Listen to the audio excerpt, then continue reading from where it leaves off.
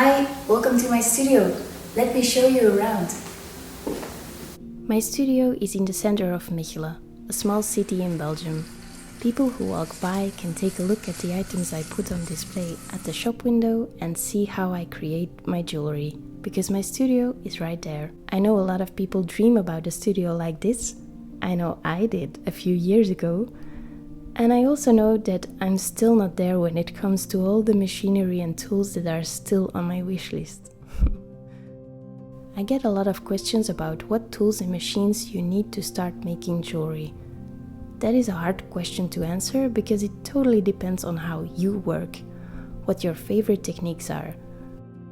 I'll show you what tools I have now, and on my blog you can find lists of items I found online that are the same or similar to what I have, so you can easily find everything there.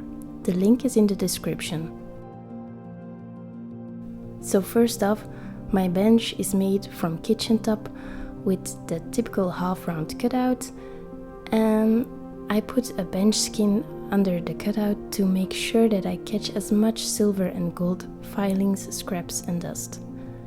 I think it is very important to do this because we are working with precious material and we should try to recycle as much as possible. I collect it all in pots. Everything is refined at a local refinery that follows EU laws in terms of the environment and all of that. So my advice when you start and need a bench, DIY your jeweler's bench by cutting out the shape from an old table or a kitchen top and collect as much precious metal to recycle later on. On my bench are a lot of tools. I'll start with the ones on the left corner. I have a ring stretcher if I want to make a ring just a little bit larger, a small ultrasonic cleaner to clean jewelry, for example after polishing, and a small polishing tumbler.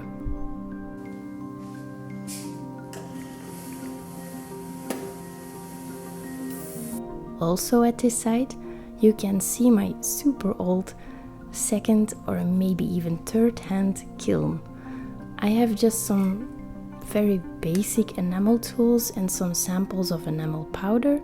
This is a technique I'm still very new at, so I want all of the enamel equipment, but I'm saving to invest in the best things out there.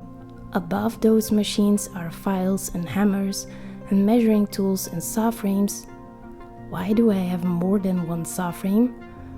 Well, the first one I bought from the list of equipment that was recommended in our school, but this isn't a good saw frame. The dust gets clogged up in between the screw system.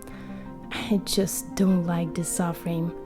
The next one is a good one, but I don't like that thing sticking out on my arm. The first one has a plastic handle.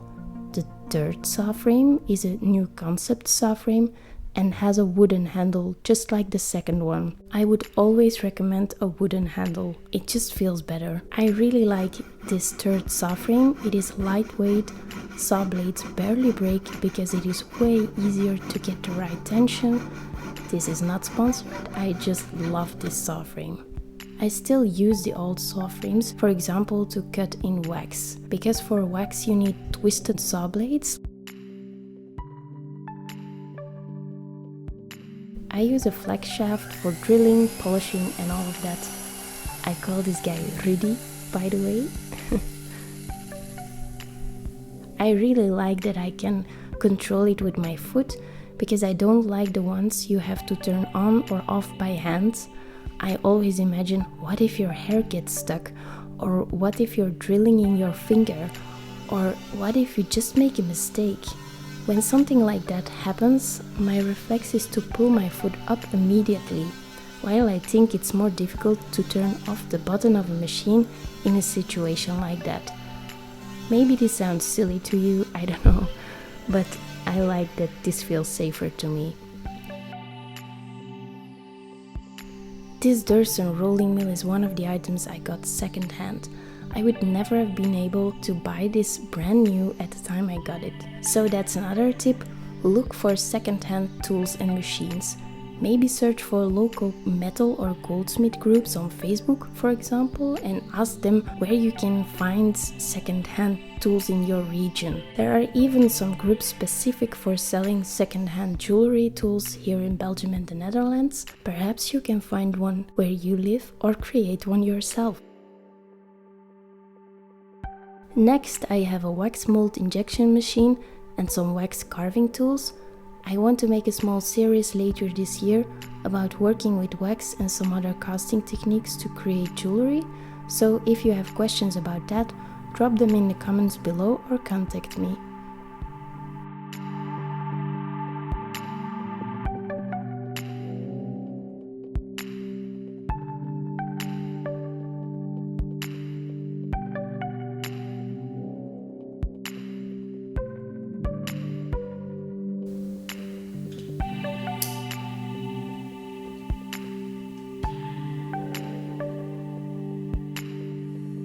I used to work with a smaller torch, but a lot of the jewelry I create is quite large and heavy, so it often was very hard to solder something with a small hand torch like that.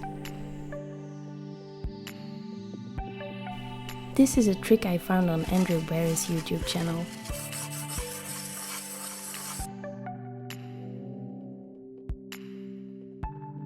I have several different types of bases to solder on, like the regular soldering boards or blocks, honeycomb soldering brick and charcoal blocks. At the other side of my studio, I have a packaging area in the back of the room where I store all my packaging material and have space to actually pack orders. It is a bit messy, but everything has its place and it works just fine for me. At the front of the room there is a cozy seating area where I can sit down with customers who make an appointment for custom work, and I display some pieces from my collection. I don't do a ton of custom work anymore at this time, except for wedding rings. It is very nice to have this space because customers really appreciate that they can sit down and that I can take the time to talk about a design. At this side I also have some books that inspire me and things like a coffee machine.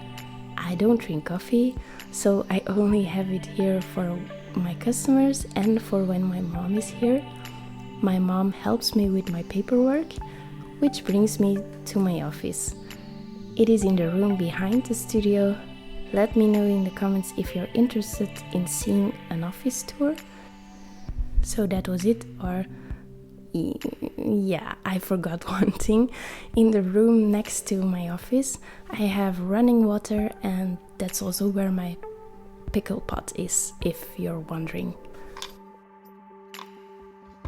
So that was it for today's video. Thank you very much for watching. If you liked the video, please give it a thumbs up and consider subscribing to my YouTube channel. I hope to see you soon. Bye!